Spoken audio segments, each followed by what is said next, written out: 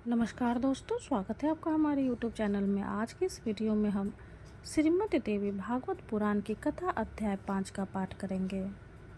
इस अध्याय में दक्ष प्रजापति की शिव के प्रति द्वेष बुद्धि महर्षि दधि जी द्वारा दक्ष को समझाना तथा भगवान शिव के महात्म्य को बताना आदि बातें हैं।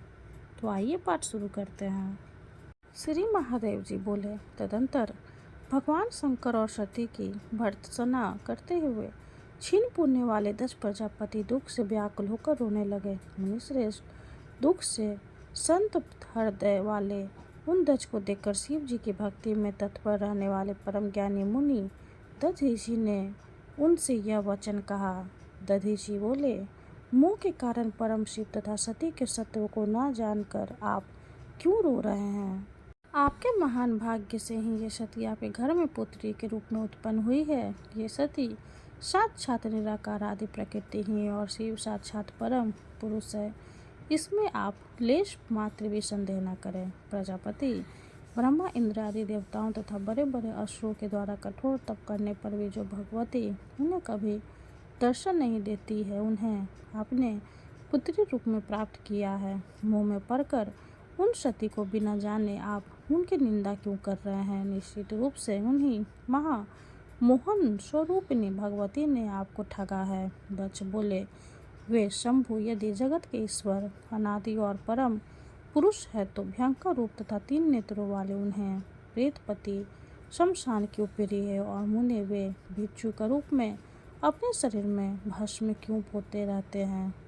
दधीचि बोले, वे शंभु पूर्ण नित्यानंद रूप तथा सभी ईश्वरों के भी ईश्वर हैं। जो लोग उनकी शरण ग्रहण करते हैं वे कभी भी दुख प्राप्त नहीं करते। वे भगवान शंभु भिक्षुक है। ऐसी दुर्बुद्धि आपकी क्यों हो गई है? ब्रह्मा आदि श्रेष्ठ देवता और तत्वदर्शी योगी जन भी जिनके परम स्वरूप को देख पाने में समर्थ नहीं होते हैं, आप उन विरूपाक्ष शंभु की निंदा क्यों कर रहे हैं? सर्वत्र विचरणशील वे भगवान सदाशिव सभी जगह विराजमान है। वे शमशान में रहे अथवा सूर्यमपुरी में रहे, उन्हें इसमें कोई विशेषता नहीं दिखाई पड़ती है। शिव लोक बड़ा ही अपूर्व है। वो ब्रह्मा विष्णु आदि के लिए भी दुर्लभ है। वैकुंठ ब्रह्मलोक तथा स्वर्ग उस शिवलोक की एक कला के भी तुल्य नहीं है। कैलाशपुरी देवताओं के लिए भी एक अत्यंत दुर्लभ है।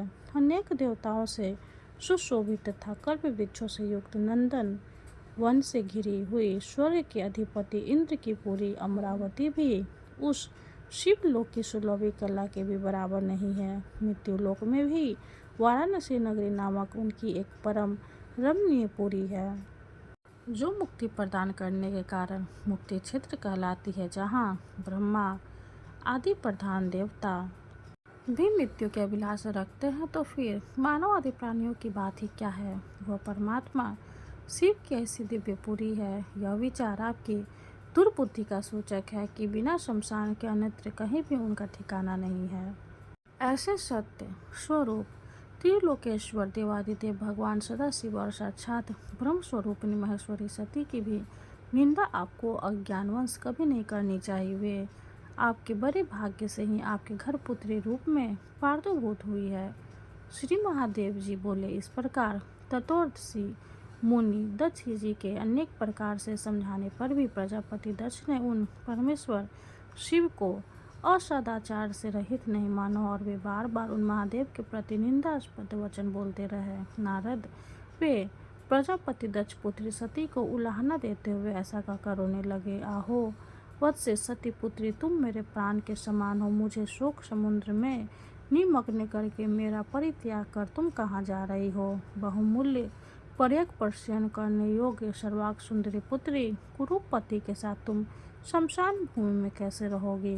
उनका यह वचन सुनकर मुनि श्रेष्ठ दधीचि ने अपने हाथ से उनके नेत्र के आंसू पोंछते हुए तथा प्रिय वचनों से उन्हें सांत्वना प्रदान करते हुए पुनः कहा। दधीचि बोले, ज्ञानियों में श्रेष्ठ प्रजापति, आप मूर्खों की भांति क्यों रो रहे हैं? महात्मन, देवेश्वर शंभु को समग्र रूप से जानकर भी आपका ज्ञान नष्ट नहीं हुआ है। ये बड़े ही आश्चर्य की बात है।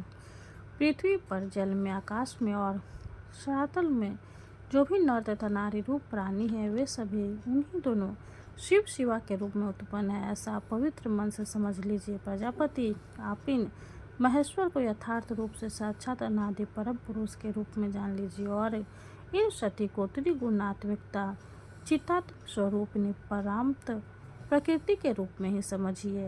इन पराप्त पर सती को भाग्यवंश अपने पुत्री रूप में तथा विशेश्वर शिव को उनके पति के रूप में प्राप्त करके भी यदि आप अपना सौभाग्य नहीं मानेंगे तो विधाता के द्वारा ठगे गए आपको बहुत संताप होगा। प्रजापति, इस सच्चाई को सुनो। शोक के व्याकुल तथा कल्याण की इच्छा रखने वाले तुम सती को प्रकृति के रूप में तथा शिव को परम पुरुष के रूप में जान लो। दक्ष बोले, मुनीश्वर, आप यह सत्य कह रहे हैं कि मेरी पुत्री सती प्राकृतिक रूप है और शिव ही सनातन पुरुष तथा तीनों लोगों के ईश्वर है। मुनि श्रेष्ठ, यह सुनकर भी मेरी बुद्धि दृढ़तापूर्वक वैसी नहीं हो पा रही कि महेश्वर से बढ़कर दूसरा देवता नहीं है। सत्य बोलने वाले ऋषिगण भी यही कहते हैं, फिर भी शंभु के सर्वश्रेष्ठ देव हैं, ऐसा मेरा निश्चय नहीं है। मुने, मैं जिस लिए शिव की निंदा कर रहा हूँ उसका कारण सुनिए। पूर्व काल में जब मेरे पिता ब्रह्मा जी ने प्रजाओं की सृष्टि की तब 11 रुद्रों का प्रादुर्भाव हुआ था। समान शरीर वाले भी वे सभी रुद्र महात्मा प्रचंड पराक्रमी भीष्म रूप वाले तथा क्रोध के कारण लाल आंखों वाले थे। वे सभी व्याघ्र चर्म धारण किए हुए थे तथा उनके सिरों पर जटाएं सुशोभित हो रही थी। वे सभी रुद्र ब्रह्मा जी की सृष्टि का लोप करने हेतु तत्पर हो गए। तब सृष्टि के लोप के लिए उद्यत उन रुद्रों को देखकर ब्रह्मा जी ने आज्ञा देकर उन्हें शांत किया और मुझसे जोर देकर कहा, भयंकर कर्म वाले ये रुद्र जिस भी तरह से शांत हो जाए तुम शीघ्र ही वैसा उपाय करो। पुत्र, मेरी आज्ञा से तुम इसे वश में करो। ब्रह्मा जी के इस प्रकार के वचन से भयभीत वे सभी भीष्म पराक्रम वाले रुद्र मेरे अधीन हो गए और उनका बल तथा पराक्रम क्षीण हो गया। महामुने, उसी समय से मुझसे शिव के प्रति अनादर भाव उत्पन्न हो गया है। मेरी आज्ञा के अधीन रहने वाले प्रचंड पराक्रमी ये रुद्र जिसके अंश उत्पन्न है, मेरे समक्ष उसकी क्या श्रेष्ठता है। मेरी पुत्री सती रूप तथा गुण से जिस प्रकार की है उसे तो आप भली भांति जानते ही हैं। अब मैं आपसे और क्या कहूँ। क्या मेरी आज्ञा के अधीन रहने वाला शिव उस कन्या के योग्य वर हो सकता है? सतपात्र को दिया गया दान पुण्य और यश बढ़ाने वाला होता है, इसलिए बुद्धिमान पुरुष को चाहिए कि योग्य पात्र देखकर ही उसे अपनी कन्या प्रदान करे। महामुने, बंधु बांधवों को साथ में लेकर वर के रूप, स्वभाव तथा कुल पर सम्यक विचार करने के बाद ही प्राज्ञ पुरुष को अपनी कन्या सतपात्र को देनी चाहिए। इन्हीं सभी बातों का विचार करके मैंने पूर्व में सती के स्वयंवर में कुल तथा शील से रहित उस शिव को आमंत्रित नहीं किया था।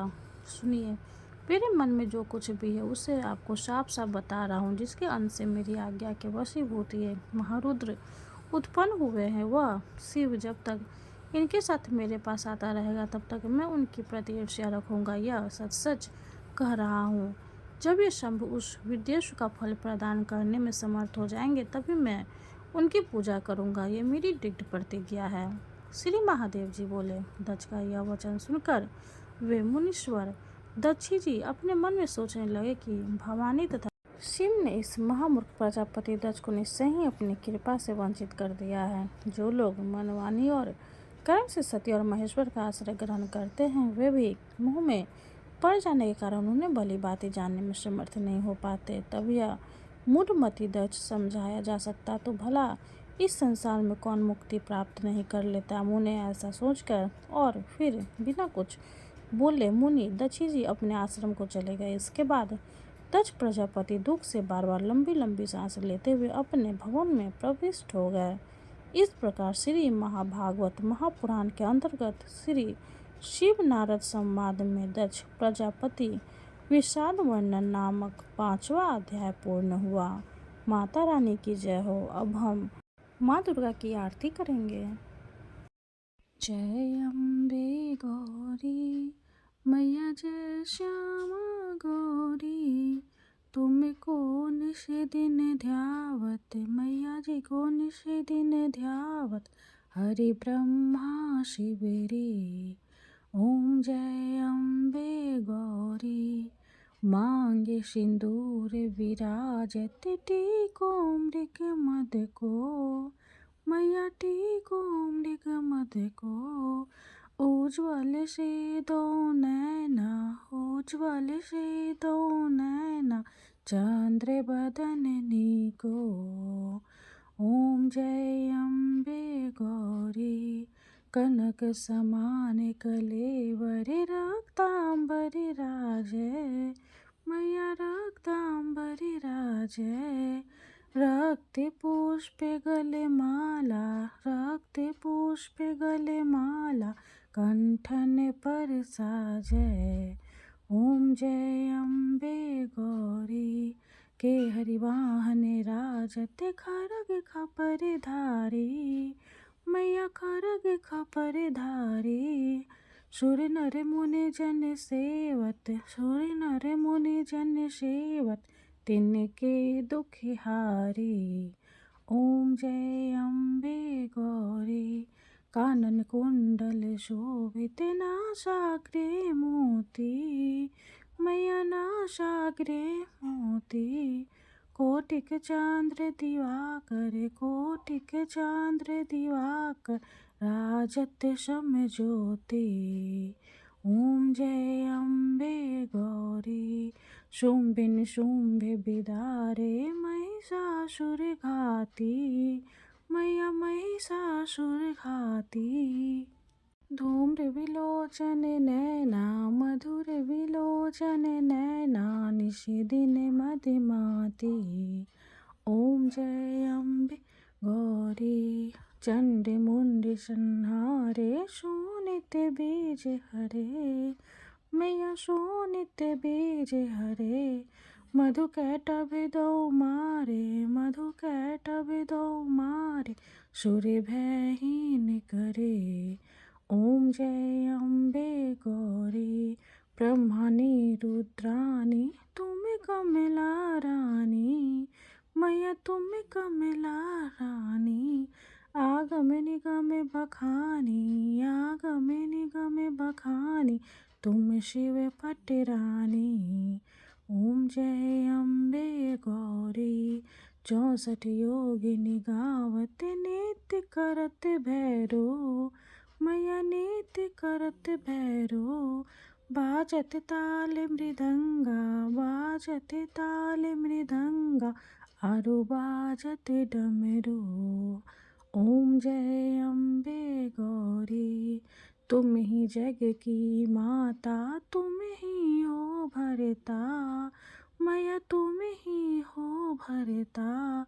भक्तन की दुख हरता, भक्तन की दुख हरता, सुख संपत्ति करता। ओम जय अम्बे गौरी, भुजाचार्य अति शोभित, वर मुद्राधारी, मैया वर मुद्राधारी। मन वांछित फल पावत, मन वांछित फल पावत, सेवत नर नारी।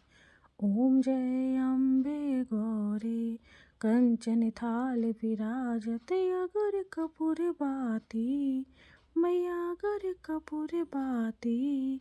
श्रीमाल के तुम राजत, श्रीमाल के तुम राजत, कोटि रतन ज्योति। ओम जय अम्बे गौरी, श्री अम्बे जी की आरती जो कोई नर गावे, मैया जो कोई नर गावे।